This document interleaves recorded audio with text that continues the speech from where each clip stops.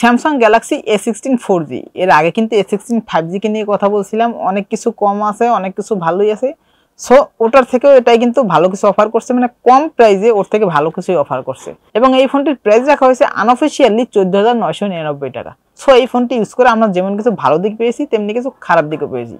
So বিস্তারিত জানবো আজকের ভিডিওতে। তার আগে একটি কথাই বলবো, আমাদের চ্যানেলটি সাবস্ক্রাইব করে আমাদের পাশেই থাকবেন। সো দেরি না করে যাওয়া যাক মেইন ভিডিওতে, লেটস গো অন। ডিজাইন একদমই সেম, মানে একদমই আগের মতো। তবে ভাই এবছর কিন্তু স্যামসাং এর সেম ডিজাইনের অনেকগুলো ফোনই আমরা মার্কেটে দেখছি। বডি ফ্রেম এবং রেয়ার প্যানেল সব জায়গায় কিন্তু প্লাস্টিকের ব্যবহার করা হয়েছে। তবে রেয়ার প্যানেলে ফ্রস্ট টাইপের ডিজাইন থাকার কারণে হাতের ছাপ তেমন একটি দেখা যায় না, মানে হালকা পাতলা হাতের ছাপ পরে বাট দেখা যায় না। তবে ভাই স্কেচ পড়ে যাওয়ার একটি ভয় আছে, মানে ঘষা লাগলে স্কেচ পড়ে যেতে পারে যেহেতু প্লাস্টিক।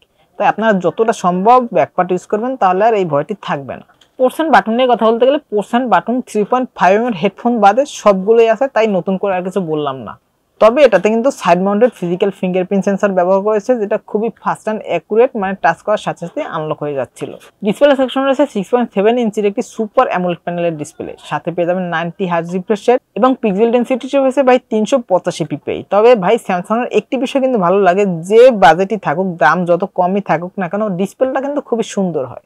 তবে ভাই একটি দুঃখের বিষয় আছে, মানে এই ফোনটির মানে ডিসপ্লের ফ্রন্টের উপর ঠিক সেন্টার আছে একটি ওয়াটারড্রপ নচ, ভাই তাও আবার বেশ বড় সড়ো। ভাই এই সময় এসে ওয়াটারড্রপ নচ না, ভাই এটা মানে অসম্ভব। এখানে পাঞ্চুয়াল ক্যামেরা দিলে অবশ্যই ঠিক আছিল, এখানে অবশ্যই পাঞ্চুয়াল ক্যামেরা দেওয়া উচিত ছিল, যেখানে কিনা 8-10 হাজার টাকার ফোনে এখন পাঞ্চুয়াল ক্যামেরা দিচ্ছে, সেখানে এটাতে কিনা ওয়াটারড্রপ নচ ব্যবহার করেছে। এবং চিন বেজেল নিয়ে কথা বলতে গেলে ভাই চিন বেজেল ভালোই ন্যারো, বাট লোয়ার চিনটা একটু বেশি মোটা। এটা যদি আরেকটু সিমেট্রিক্যাল করা হতো আরো ভালো লাগতো। ব্রাইটনেস মোটামুটি ঠিকঠাকই আছে ভাই, ইনডোরে খুব ভালোই ব্রাইটনেস পাবেন, আউটডোরে শ্যাডো এরিয়ায় মোটামুটি ভালোই ব্রাইটনেস পাবেন। তবে ডিরেক্ট সানলাইটের নিচে গেলে ব্রাইটনেসের হালকা পাতলা ঘাটতি মিলবে। অপারেটিং সিস্টেম হিসেবে রয়েছে Android 14 এবং ইউআই হিসেবে রয়েছে স্যামসাং এর নিজস্ব ইউআই, মানে One UI 6.1। তবে ভাই এটাতে কিন্তু 6 বছরের মেজর আপডেট পেয়ে যাবেন। সো বুঝতেই পারতেছেন 6টা আপডেট পেয়ে যাবেন। প্রসেসর হিসেবে রয়েছে MediaTek Helio G99 প্রসেসর। এই প্রসেসরটা কেমন আপনারা সকলেই জানেন, মোটামুটি ঠিক আছে, হালকা পাতলা গেমিং টুকটাক করতে পারবেন। এবং এই ফোনটির 6128GB ভ্যারিয়েন্টের দাম রাখা হয়েছে 19,999 টাকা। তবে এটা কিন্তু আনঅফিশিয়াল, অফিশিয়াল না।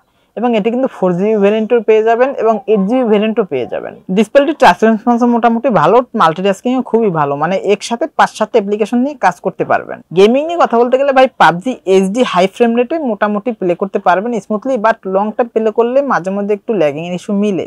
বাট আবার যদি আপনারা মিডিয়াম সেটিংসে প্লে করেন সেক্ষেত্রে স্মুথলি প্লে করতে পারবেন। এবং ফ্রি ফায়ার পাবজি থেকেও একটু বেটার রেজাল্ট পাবেন এবং অন্যান্য গেমগুলো একটু লাইট গেমগুলো স্মুথলি প্লে করতে পারবেন। ফোনটির রিয়ার প্যানেল রয়েছে ট্রিপল ক্যামেরা সেটআপ, যার মেইন শুটারটি 15 মেগাপিক্সেল একটি শুটার এবং এটিতে অ্যাপারচার হিসেবে পেয়ে যাবেন 1.8, সাথে পেয়ে যাবেন 8 মেগাপিক্সেল একটি আলট্রা শুটার, যার অ্যাপারচার হিসেবে রয়েছে 2.2 এবং সর্বশেষ রয়েছে 2 মেগাপিক্সেল একটি ম্যাক্রো শুটার এবং এটির অ্যাপারচার হিসেবে পেয়ে যাবেন 2.4।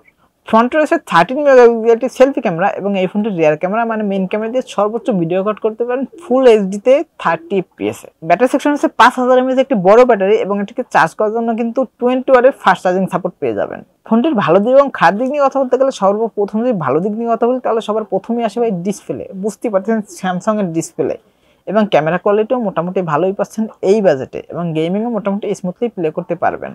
এবং খারাপ দিক নিয়ে কথা বলতে গেলে সবার প্রথমেই আসে ভাই এই ফোনটিতে কিন্তু 3.5 mm কোনো হেডফোন জায়গার পোর্ট নেই। এখানে একটি হেডফোন জায়গার পোর্ট থাকলে অবশ্যই ভালো হতো।